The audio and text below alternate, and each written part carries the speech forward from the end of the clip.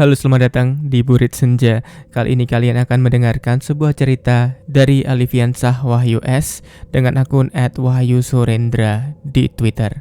Semoga kalian terhibur dan mari kita mulai ceritanya. Waktu itu, pada tahun 2016, tepat setelah kami melaksanakan ujian akhir semester 1, kami mempunyai rencana untuk naik di Gunung Slamet. Aku dengan 8 orang lainnya, yaitu Adi, Roni, Sandrin, Adam, Kevi, Indra, Cindy, Restu, dan tentunya aku sendiri berangkat dari Jogja sekitar pukul 4:30 waktu itu.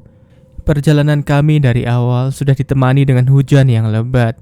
Maklum, cuaca memang tidak menentu waktu itu. Kami berencana naik lewat base camp Bambangan, Purbalingga. Perjalanan dari Jogja ke Purbalingga memakan waktu sekitar 6 jam kurang lebih. Sekitar pukul 10 malam kita sudah masuk ke Kabupaten Purbalingga, tapi butuh kurang lebih 1 jam kira-kira untuk sampai ke base camp Bambangan. Perjalanan yang jauh dan hujan selalu menemani yang membuat kami tidak sabar untuk cepat sampai ke pos Bambangan. Mungkin sudah bisa dibilang pemanasan di jalan. Sehubungan kami belum pernah naik Gunung Slamet dan tidak ada yang tahu lokasi pos Bambangan, maka kami menggunakan GPS setelah memasuki kota Purbalingga. Waktu itu, Adi dan Roni berada di depan dan kami mengikuti dari belakang. Setelah kurang lebih 1 jam, jalan mulai menanjak. Pikirku sudah sangat dekat karena memang kita ingin naik gunung, maka jalan yang kami tuju pasti menanjak. Motor kami sudah mencapai titik batasnya karena jalan yang curam dan berlubang dan bisa dibilang jalannya rusak. Kami mulai curiga waktu itu karena jalur Bambangan ini adalah jalur yang umum digunakan pendaki untuk naik ke puncak Gunung Slamet. Seharusnya jalan umum tidak sesempit ini. Kurang lebih lebarnya hanya 4 meter untuk 2 jalur. Gerimis semakin deras waktu itu. Kemudian Adi dan Roni memutuskan untuk mengecek lokasi duluan karena jalan sudah tidak meyakinkan dan kami semua menunggu di pinggir jalan. Setelah kurang lebih 10 menit, Adi dan Roni kembali dan ternyata di depan ada jalan buntu. Ternyata mereka salah menentukan lokasi GPS. Akhirnya kami memutuskan untuk berteduh terlebih dahulu di sebuah rumah yang ada di desa itu. Sinyal yang sangat susah ditambah dengan badan kami semua yang basah menambah semrawut pikiran kami. Desa itu juga sangat sepi, tak ada orang sama sekali di sana. Dan selama naik, kami juga tidak berpapasan dengan kendaraan lain. Padahal itu adalah malam minggu, seharusnya banyak motor atau mobil yang berseliweran. Kami waktu itu memang sengaja untuk berbicara dengan keras dan agak ribut. Pikir kami supaya ada orang di dalam yang keluar, kemudian kami bisa bertanya di mana sebenarnya base camp Bambangan itu. Tapi sudah setengah jam lebih kami di situ dan orang di dalam rumah itu tak ada yang keluar. Padahal lampu di dalam rumah itu menyala. Namun sampai waktu menunjukkan 11:30 malam, tak ada informasi apapun yang kami dapatkan waktu itu. Tapi berhubung masih hujan, kami tetap berteduh di depan rumah itu. Waktu itu Indra izin untuk mencari tempat kencing karena mungkin sungkan jika kami mengetok rumah itu untuk hanya sekedar numpang pipis. Dan setelah beberapa menit Indra pergi, aku mendengar seperti ada suara orang yang menyanyikan lagu Jawa atau biasa disebut sebagai nyinden. Aku pada awalnya bingung, di tempat sunyi seperti ini, apakah ada orang yang mempunyai hajatan? Apakah ada orang yang nikahan? Apalagi ini kan sudah menjelang tengah malam. Seharusnya sound system juga sudah dimatikan. Di seberang jalan juga hanya ada jurang Di samping rumah itu, jarak antar tetangga juga sangat jauh. Waktu itu, aku hanya berdiam saja dan tidak ngomong apapun kepada yang lain agar pikiran kami tidak semakin semrawut. Aku mulai merinding waktu itu. Kemudian, Adi yang di sampingku mulai terlihat kebingungan juga. Tak lama dia bertanya kepadaku, Lip, kamu dengar suara ada cewek nyanyi nggak? Aku hanya mengangguk dan menyuruh Adi untuk diam saja dan tidak membahas ini lebih lanjut lagi. Tak lama berselang, Indra balik dari tempat ia kencing. Kemudian ia berbicara kepadaku, Cuk, kowe krungu ora? Yang artinya, hei, kamu denger nggak? Kemudian aku menjawab, iya krungu, ya wis kayak mudun ae lah, ora apik iki. Yang artinya, iya denger, ya udah kita cepet turun aja deh. Sepertinya udah nggak bagus nih di sini. Waktu terus berlalu, aku pun memutuskan untuk mengajak teman-temanku untuk segera turun. Gerimis juga sudah mulai reda pada waktu itu. Namun lagi-lagi masalah datang. Tas carrier yang saya bawa tiba-tiba putus bagian lengan sebelah kiri. Padahal waktu itu gak ada gejala apa-apa sama tasnya. Tiba-tiba putus begitu saja. Ditambah lagi motor Sandrine yang berboncengan denganku. Ketika motor itu digas sama sekali gak bisa jalan. Mungkin fan beltnya bermasalah, aku tak tahu. Dan yang lebih aneh lagi, tiba-tiba motornya Kevin juga mengeluarkan asap di bagian knalpotnya. Sungguh tidak biasa. Dan terpaksa aku, Sandrine, dan Kevin harus menuntun motor itu pelan-pelan melewati jalan yang terjal itu. Jalan yang rusak, licin, dan sebelah kanannya jurang, ditambah dengan gerimis yang masih turun membuat fisik dan mental kami drop. Aku masih terngiang suara sinden di atas tadi. Pikiranku sudah mulai tak karuan, semrawut. Di pikiranku cuman bertanya, apakah besok kami masih sanggup naik dengan kondisi seperti ini? Udah badan basah, capek, dan juga banyak hal yang tidak masuk akal. Setelah beberapa lama kami berjalan menuntun motor, kondisi jalanan sudah tidak se-ekstrim tadi. Namun kami masih saja tidak menemui satu orang pun ketika kami menuntun motor itu. Untungnya motor Sandrine dan Kevin sudah mulai normal dan bisa dikendarai walaupun harus sangat pelan. Teman kami yang lain sudah duluan di depan. Sampai akhirnya kami menemukan sebuah persimpangan jalan. Dan mereka yang tadi duluan sudah menunggu di sana. Jam sekarang menunjukkan pukul 1:30 pagi. Kami semua akhirnya memutuskan untuk mencari masjid dan sementara tidur dulu di sana. Kami langsung mencari tempat untuk tidur. Aku langsung terlelap karena kecapean waktu itu. Padahal kondisi badan dan baju basah. Namun karena banyak kejadian yang sudah terjadi, pikiran juga sudah tak karuan, fisik juga sudah lelah. Aku tertidur dengan lelap. Paginya alarm kami bersautan dan tak lama azan subuh sudah berkumandang. Segera kami ambil wudhu dan sholat subuh. Dan setelah sholat, saya ditanya oleh bapak-bapak yang ikut berjamaah dengan kami. Rumah bapak itu juga ada di sekitar situ. Mas, niki rombongan saking pundi nggih? Terus badhe teng pundi? Yang artinya, Mas, ini rombongan dari mana dan mau kemana? Lalu aku menjawab, oh niki saking Jogja pak, badhe teng Gunung Slamet. Yang artinya, oh ini dari Jogja pak, mau ke Gunung Slamet. Oh, kok tidak tidur di base camp Bambangan saja? Kata bapak itu. Aku menjawab, iya pak, rencananya ya begitu, tapi semalam nyasar pak. Kataku sambil mengingat kejadian semalam.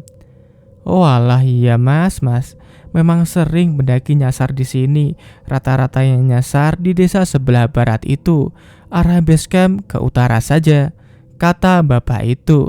Sebenarnya pada momen ini aku juga mau bertanya, sebenarnya desa sebelah barat itu desa apa? Kok sama sekali tidak ada orang dan sangat hening. Tetapi setelah kejadian malam di desa itu, aku sama sekali tak berani bertanya macam-macam. Takutnya aku malah mendengar hal-hal yang tidak kuinginkan sebelum aku naik ke Gunung Slamet.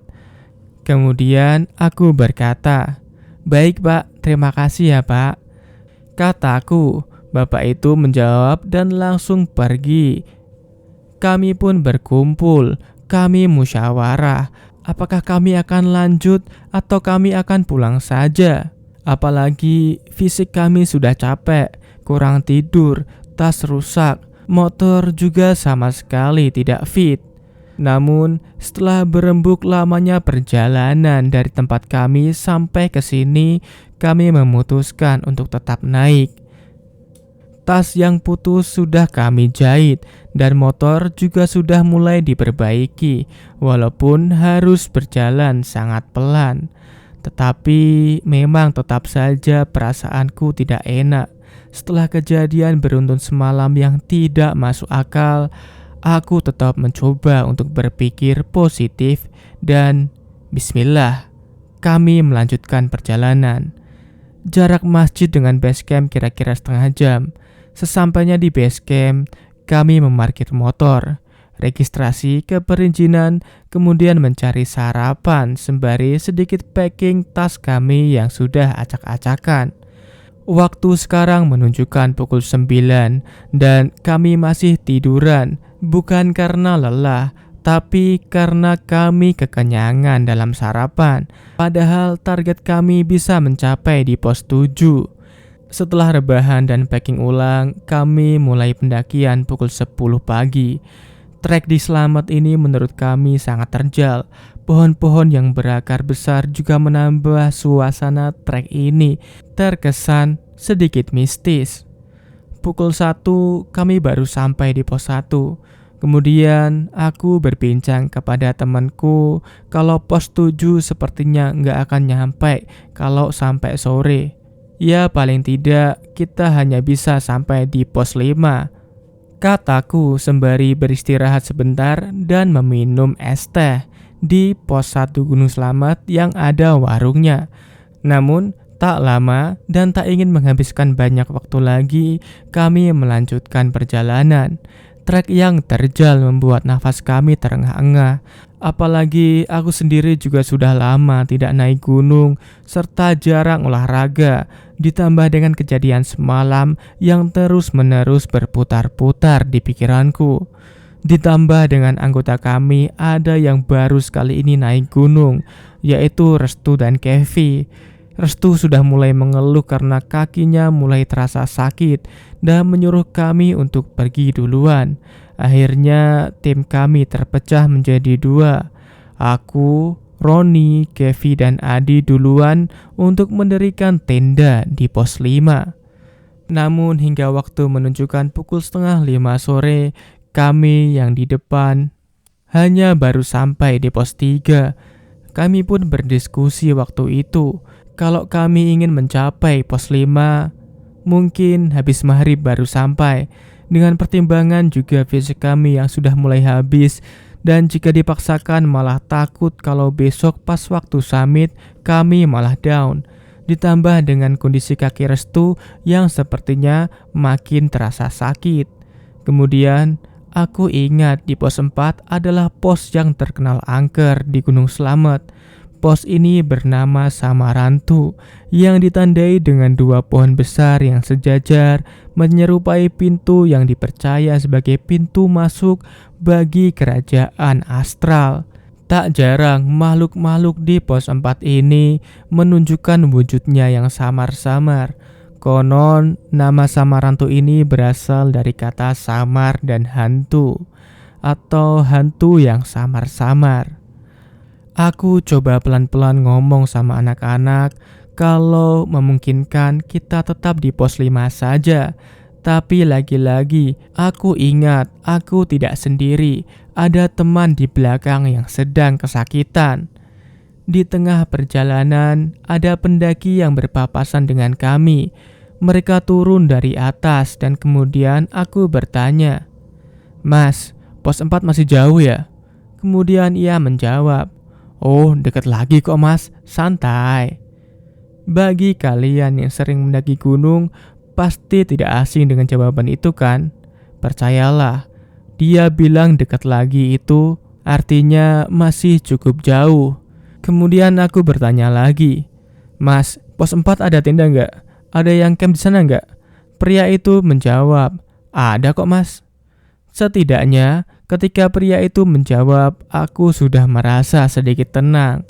Karena jika terpaksa ngecamp di pos 4, alhamdulillah masih ada teman.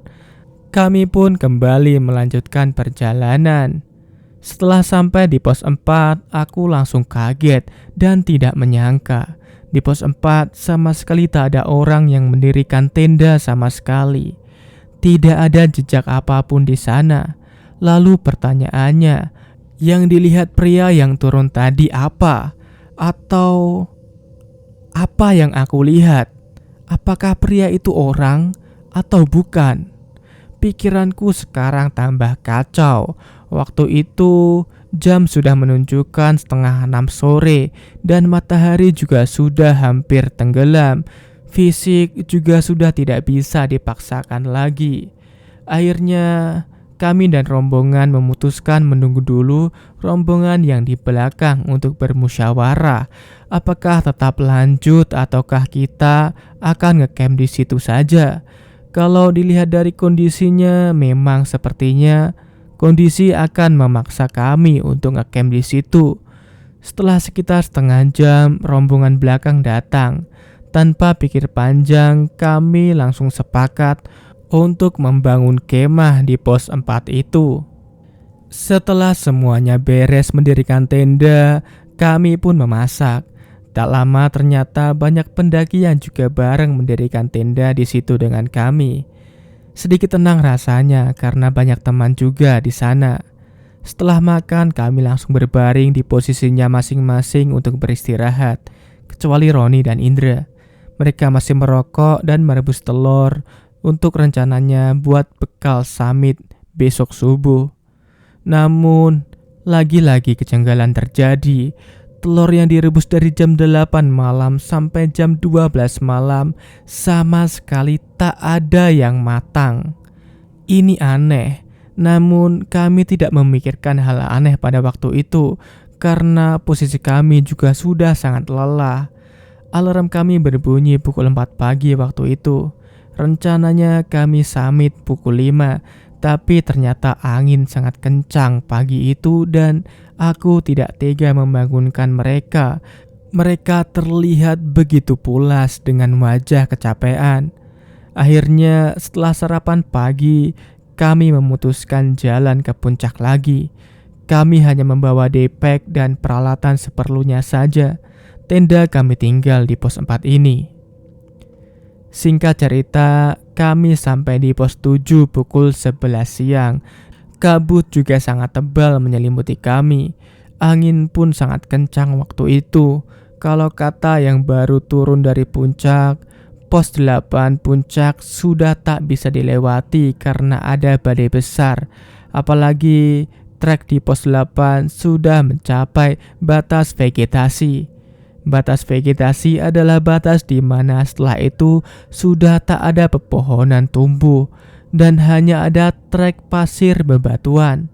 Jika kami memaksa naik, mungkin akan terkena badai dan akan terjebak di trek pasir di atas. Ditambah angin yang sangat kuat membuat kami berpikir-pikir kembali. Keadaan yang tak memungkinkan membuat kami dengan berat hati memutuskan untuk tidak nekat mencapai puncak. Daripada kami memaksakan ego kami kemudian terjadi hal yang membahayakan, lebih baik kami akan ke sana di lain waktu. Kami pun memutuskan untuk segera kembali. Rencananya setelah sampai di pos 4, kami akan istirahat sebentar dan langsung membereskan tenda-tenda kami, lalu meneruskan perjalanan ke bawah dan langsung pulang ke Jogja. Tapi memang perjalanan kami tak semulus itu. Kami sampai pos 4 pukul 1 siang. Setelah kami berniat membereskan tenda, tiba-tiba angin kencang diiringi dengan hujan lebat turun kembali. Akhirnya mau tidak mau, kami harus menunggu hujan reda dan melanjutkan istirahat di dalam tenda. Setelah bangun, aku melihat jam sudah menunjukkan jam 5 sore. Aku langsung membangunkan semua teman-temanku dan langsung membereskan tenda. Takutnya malam semakin kelam nantinya. Kami selesai membereskan tenda dan bersiap untuk turun. Sekarang jam sudah menunjukkan waktu 17.45. Kami tak mau turun dan ngetrek malam. Dengan kondisi seperti ini, ngetrek malam adalah hal yang kami takuti. Karena tentu saja angin dan hujan akan menyebabkan treknya menjadi licin dan kami harus sangat hati-hati. Setelah sekitar sejam, kami tiba di pos 3. Jam sudah menunjukkan waktu pukul 19. Kami semua sudah memakai headlamp dan senter di tangan. Dan lagi-lagi, perjalanan kami tidak mulus. Sambil beristirahat dan nyemil sisa makanan, kami duduk di sebuah pohon tumbang. Adi yang memang menjadi leader yang ada di paling depan mencoba melihat jalan kami selanjutnya. Dia mencoba menerangi jalur dengan senternya. Tiba-tiba, dia melihat sesosok makhluk seperti kucing besar dengan mata yang berwarna merah, tepat berada di jalur yang akan kami lewati. Tetapi itu hanya sekilas. Dan ketika kami mencari lagi, sosok itu sudah hilang. Aku yang juga melihat sekilas sosok itu juga langsung bingung. Sekarang logikanya begini. Jika itu hewan buas, macan atau sejenisnya, seharusnya ketika ia bergerak atau lari, akan selalu ada gesekan suara dengan rumput ataupun dengan tanah yang menyebabkan bunyi bahwa itu adalah sosok hewan asli. Namun sosok ini sama sekali tidak mengeluarkan suara sama sekali. Aku takut, tapi aku langsung ngomong ke teman-teman waktu itu. Ayo kita udah jalan lagi aja, jaraknya rekatin ya, jangan jauh-jauh, berdekatan, ingat ya. Dan setelah ngomong itu, teman-temanku terlihat sedikit kebingungan. Tapi mereka sepertinya paham kenapa aku tiba-tiba ngomong seperti itu. Nah, dari sini suasananya sudah mulai terasa sangat mencekam. Tak ada suara kami saling ngobrol, semuanya hening. Semua fokus berjalan di jalurnya masing-masing. Perjalanan kami dari pos 3 ke pos 2 juga terasa sangat sunyi. Hanya ada gesekan kaki dan rumput yang terdengar. Kondisi mental kami semua bisa dibilang down, ditambah fisik yang juga sudah sangat lelah. Rasanya ingin cepat-cepat sampai ke base camp untuk bisa segera beristirahat. Gerimis rintik-rintik sudah mulai turun. Beberapa dari kami ada yang menggunakan jas hujan.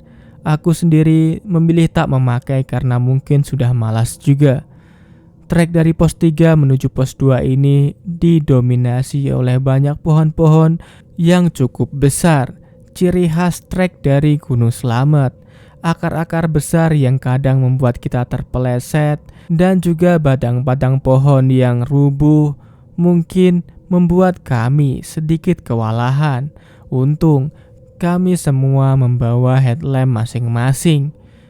Suara-suara hewan ciri khas hutan selalu menemani keheningan malam itu. Semakin lama tak terasa jarak antara kami mulai renggang. Trek yang sempit dan licin membuat kami susah untuk mencari tempat istirahat bersama. Tak ada lapangan luas yang mampu menampung kami semua hanya untuk sekedar duduk dan menaruh tas carrier yang semakin lama semakin berat. Setelah sekitar sejam berjalan, kami belum sampai di pos 2. Padahal Estimasi kami turun dari pos 2 ke pos 3 hanya 45 menit. Dan tiba-tiba Adi yang bertugas sebagai leader pun mengajak kami untuk beristirahat. Oke, break dulu ya, kata Adi. Dari sorot senternya, dia berada setelah trek tikungan yang berbelok ke kanan yang ada di depan. Mungkin ia sudah menemukan tempat yang cocok bagi kami untuk beristirahat.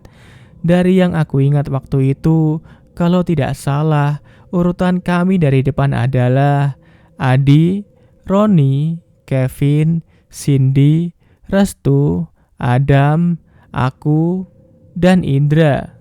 Lalu yang terakhir adalah Sandrine yang menjadi sweeper. Kami bertiga di belakang agak menjaga jarak dengan yang depan karena trek di depan yang licin dan harus dilewati pelan-pelan.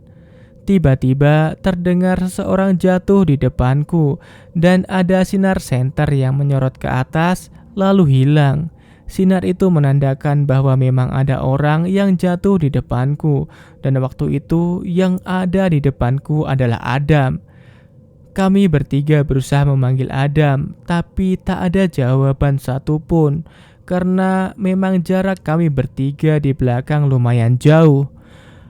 Aku dan kedua temanku berusaha untuk cepat berada ke depan untuk segera menolong Adam, namun tetap dengan hati-hati. Ketika itu aku berjalan pelan sambil berbicara pada Adam. Dam, ayolah jalan lagi. Istirahat di depan habis tikungan itu loh. Anak-anak juga di sana, kataku, dan Adam hanya mengangguk pelan. Seingatku ketika aku menemukan Adam, ia sedang bersandar di kedua tangannya, sehingga mukanya tak kelihatan, dan aku juga tak terlalu memperhatikan karena gelap dan headlampku juga fokus ke trek yang akan kami lewati. Karena memang jalan licin dan kalau tidak hati-hati bisa terpeleset. Aku hanya meliriknya ketika itu. Kalian yang pernah merasakan trek malam pasti paham. Namun waktu itu karena aku sudah terlanjur capek, aku segera melangkah ke depan karena Adam juga hanya mengangguk saja. Pikirku dia akan segera bangkit. Namun di belakangku ada Indra yang menyapa Adam untuk segera berjalan. Dan Adam tetap diam saja sambil menunduk. Dan yang tersisa di barisan belakang hanya ada Sandrine. Waktu itu dia menjadi sweeper, dan biasanya memang sweeper bertugas untuk menjadi orang paling belakang dan tidak boleh menyalip teman rombongannya. Sandrine hanya berdiri di samping Adam yang masih menunduk. Dam, ayo istirahat di depan aja. Adam tak menjawab sepatah kata pun. Aku dan Indra terus berjalan ke arah tikungan depan supaya bisa duduk istirahat. Aku dan Indra waktu itu sudah melihat rombongan kami sudah leyeh-leyeh di depan. Sedikit lagi kami akan sampai ke sana. Aku sudah memikirkan betapa enaknya jika bokong ini serta punggung ini bisa sedikit istirahat sambil bercanda ria bersama teman-teman. Namun semakin mendekat kepada rombongan kami di depan, aku melihat Adam berkata kepada kami, "Ayo sitik meneh, ayo semangat, ayo semangat," kata Adam menyemangati kami yang sedang berjalan ke arahnya. Seketika itu pun aku merasa merinding. Aku dan Indra hanya bisa saling berpandangan. Aku berpikir, lalu siapa yang aku sapa tadi? Ini sungguh tidak masuk akal. Aku sudah tidak bisa maju maupun mundur. Ingin rasanya senter ini kuarahkan ke orang yang ada di belakang tadi. Tapi mungkin aku sudah tidak mempunyai keberanian lagi.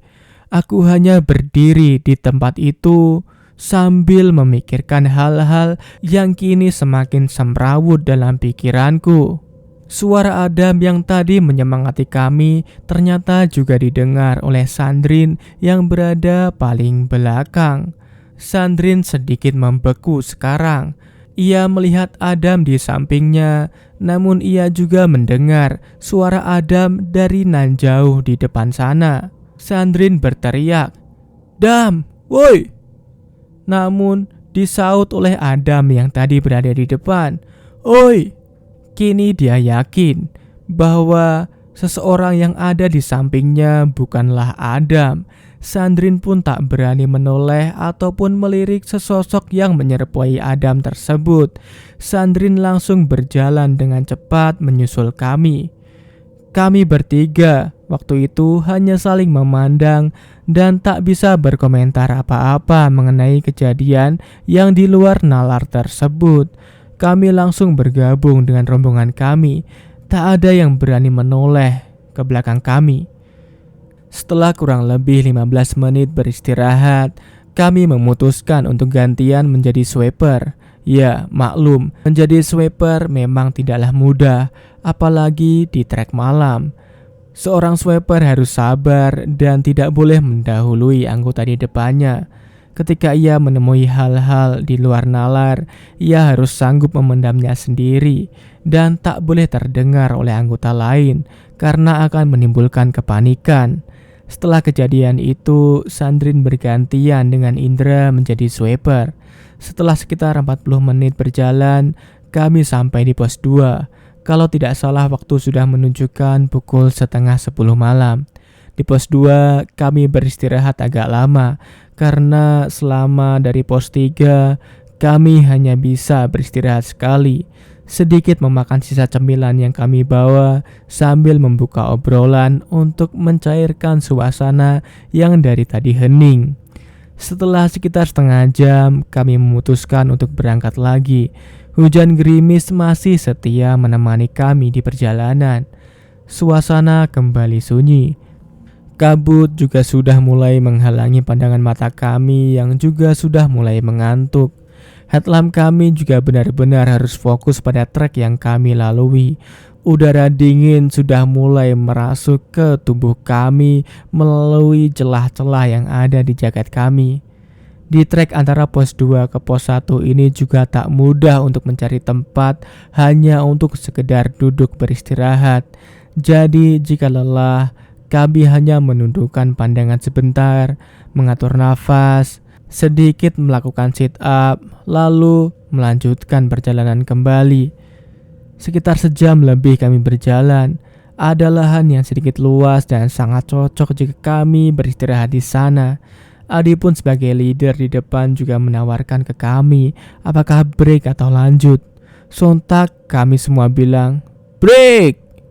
Namun ketika kami ingin duduk, Roni yang berada di depan berteriak, "Kayaknya jangan di sini deh." Ternyata setelah melihat di sekitaran kami terdapat bunga-bunga yang sudah disebar. Mungkin itu adalah sesajen. Aku lupa nama bunga-bunga itu, yang pasti bunga-bunga itu terlihat berwarna-warni dan masih baru. Seketika kami semua berdiri dan berjalan melanjutkan perjalanan. Sepatu yang aku pakai sudah mulai sangat licin karena banyak lumpur yang menempel dan aku sudah sangat malas untuk membersihkannya lagi. Aku bergantian dengan Indra menjadi sweeper ketika itu. Aku berpapasan dengan tim SAR yang naik karena ada laporan pendaki yang cedera di atas. Kami bertanya, "Pak, apakah pos 1 masih lama?" Kemudian mereka menjawab, "Ya masih lumayan lah mas kalau dari sini, paling sekitar setengah jam lagi," kata mereka. Ketika perjalanan, aku merasa ada suara rumput yang tergesek di belakang, seperti ada sesosok makhluk yang mengikuti kami di belakang. Aku sih hanya cuek dan fokus berjalan ke depan. Tak lama aku mendengar suara seperti kentongan di tengah hutan. Suara kentongan tersebut terdengar seperti kentongan yang biasanya ada di pos ronda. Aku masih berusaha cuek dan tak berani mengarahkan lampu headlamp ke arah hutan. Aku hanya terus menyenteri trek di depanku.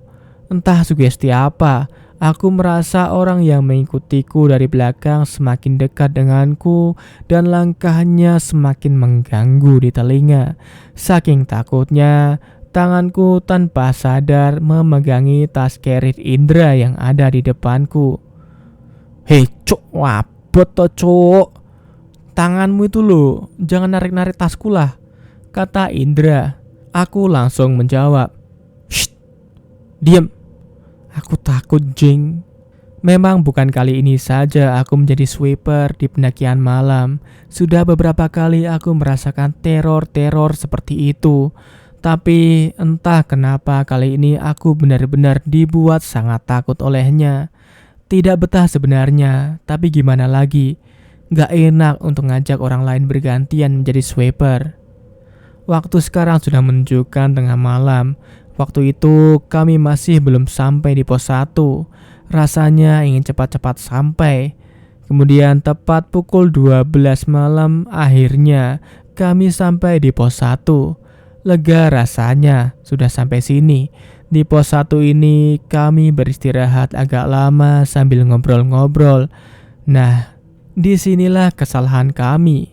Di sini kami semua mulai membahas hal-hal mistik yang terjadi sejak kami datang ke Gunung Slamet ini. Padahal pamali rasanya kalau membahas hal-hal mistik ketika kita masih berada di area gunung tersebut. Paling tidak, ceritakanlah hal-hal mistik itu ketika berada di bawah. Dan ketika mendengar hal-hal itu, Restu pun mulai merasa ketakutan. Ia tak mau melanjutkan perjalanan ini lagi dan ingin stay di camp pos 1 tersebut. Ketika itu alasannya hanyalah ketakutan. Tapi kami tetap memaksanya turun karena perjalanan ke base camp tidak sampai sejam bisa sampai. Ternyata setelah turun, Restu baru mulai berani cerita. Alasan dia tidak mau turun karena di perjalanan menuju pos 1, dia melihat sesosok yang berdiri di dekat pohon besar. Tapi waktu itu dia takut untuk cerita.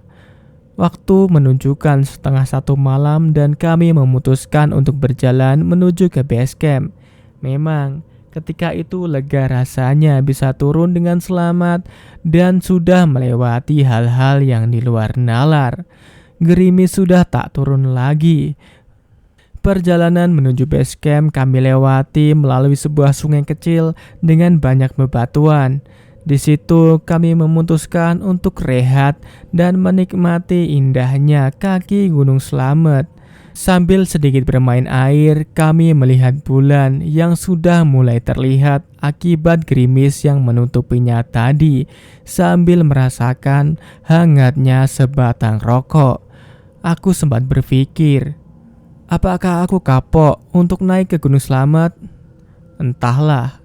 Yang kini aku pahami adalah aku tidak sendirian berada di dunia ini. Dan banyak makhluk-makhluk Tuhan di luar sana yang memang ada hawa keberadaannya. Dan kita juga harus menghargai keberadaan mereka. Dan itulah kisah yang dibagikan oleh Alifiansah Wahyu di thread Twitter miliknya. Semoga cerita ini mampu menghibur dan dijadikan pelajaran bagi kita semuanya. Amin amin ya robbal alamin. Sampai jumpa pada video berikutnya di Burit Senja.